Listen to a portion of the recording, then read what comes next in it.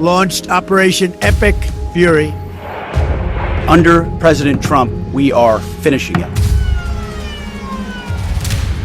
Iran के एकदम नजदीक हॉर्मुज के समंदर में खड़ा अमेरिका का विशालकाय विमान वाहक पोत, हजारों सैनिक, दर्जनों लड़ाकू विमान और दुश्मन के मुकाबले के लिए पूरी तैयारी।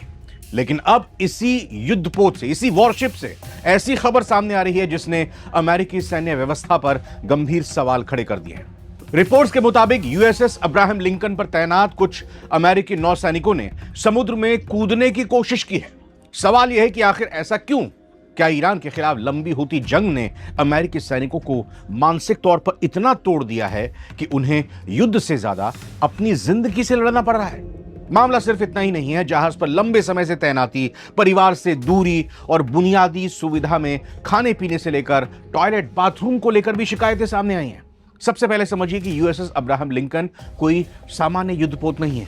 यह अमेरिका का परमाणु ऊर्जा से चलने वाला विमान वाहक पोत है जिस पर करीब 5000 नौसैनिक और मैरीन्स तैनात हैं। लेकिन इस समय असली परेशानी युद्धपोत की ताकत नहीं बल्कि उस पर मौजूद सैनिकों की हालत को लेकर है।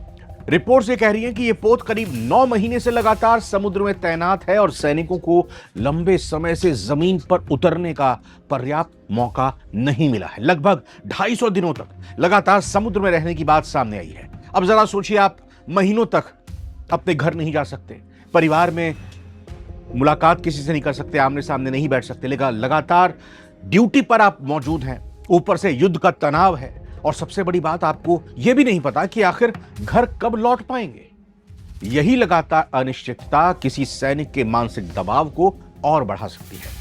रिपोर्ट्स में सामने आया है कि कुछ सैनिकों ने ओवरबोर्ड जाने यानी जहाज से समंदर में कूदने की कोशिश की। एक सैनिक के परिवार की तरफ से बताया गया कि लगातार बढ़ाई गई तैनाती के बाद वो इतना थक चुका था कि उसने समुद्र में कूदने की कोशिश की। एक दूसरी घटना में एक नौसैनिक ने अपने साथी को समुद्र में कूदने से रोकने के लिए उसे पकड़कर वापस डेक पर वापस खींच लिया। यहां एक बात बिल्कुल साफ समझनी जरूरी है, इसे सिर्फ यह कहकर खत्म नहीं किया जा सकता कि सैनिक युद्ध से डर गए हैं। सैनिकों पर कॉम्बैट स्ट्रेस है, लंबे समय की डिप्लॉयमेंट की प्रेशर है, नींद की समस्या है, परिवार से दूरी और लगातार तनाव जैसे कई दबाव एक साथ असर डाल सकते हैं। और जब तैनाती बार बार बढ़ती चली जाए, खिंचती चली जाए, तो स्थिति और भी ज्यादा मुश्किल हो सकती है।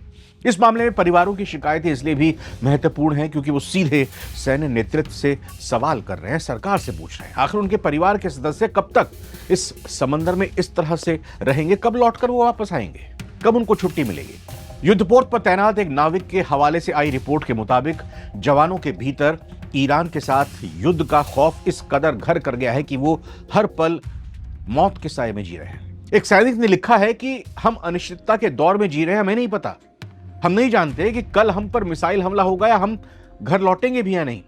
अब तो बस यही दुआ रहती है कि काश कल सुबह मेरी आंख ही ना खुले। तो यह सिर्फ एक वाक्य भर नहीं है, यह उस मानसिक दबाव की गंभीरता को दिखाता है जिसकी शिकायत सैनिकों के परिवार लगातार कर रहे हैं। वहीं अमेरिकी सांसद माइक लेविन ने जहाज पर सैनिकों की कथित परिस्थितियों को लेकर कई शिकायतें सामने रखी हैं। इनमें फफूंद लगे शावर्स, खराब टॉयलेट, लंबे समय तक बंद लॉन्ड्री मशीन, गर्म पानी की समस्या और खाने की कमी जैसी शिकायतें शामिल हैं। यहां तक कि साबुन, डिओड्रेंट, टूथपेस्ट जैसी रोजमर्रा की चीजों की भी कमी के दावे सामने आ रहे हैं। परिजनों का कहना है कि उनके बेटे जहाज पर सिर्फ आधा कप चावल खाकर गुजार रहे हैं। हालांकि इन दावों पर अमेरिकी रक्षा नेतृत्व की तरफ से पहले सवाल उठाए जा चुके थे और उन्हें गलत बताया गया था, लेकिन सैनिकों के परिवारों और सांसदों द्वारा उठाए गए सवालों ने मामले को गंभीर जरूर बना दिया है। आखिर अमेरिकी सैनिकों की तैनाती इतनी लंबी क्यों खिंचती चली जा रही है, उनको रिप्लेसमेंट क्यों नहीं मिल रहा है? तो इस सवाल का जवाब यह है कि यूएसएस अब्राहम लिंकन को शुरुआत में तो प्रशांत क्षेत्र की तरफ जाना था, लेकिन अमेरिका, इजराइल और ईरान के बीच युद्ध शुरू होने के बाद इसका मिशन बदलकर मध्य पूर्व की ओर कर दिया गया।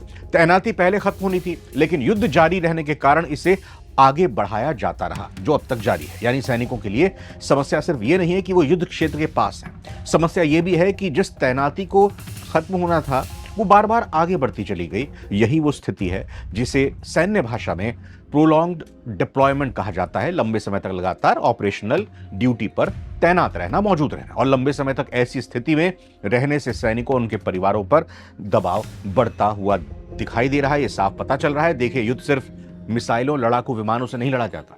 युद्ध लड़ने वाले सैनिक भी इंसान हैं। अगर एक सैनिक महीनों तक घर से दूर, लगातार खतरे में, उसे अपनी तैनाती खत्म होने की कोई साफ तारीख, दिन नहीं नजर आ रहा, तो उसका मानसिक दबाव बढ़ना स्वाभाविक है। और अगर ऐसी शिकायतें एक से ज्यादा सैनिकों के परिवारों से आने लगें, तो ये सैन्य नेतृत्व और किसी भी सरकार के लिए चेतावनी बन जाती है।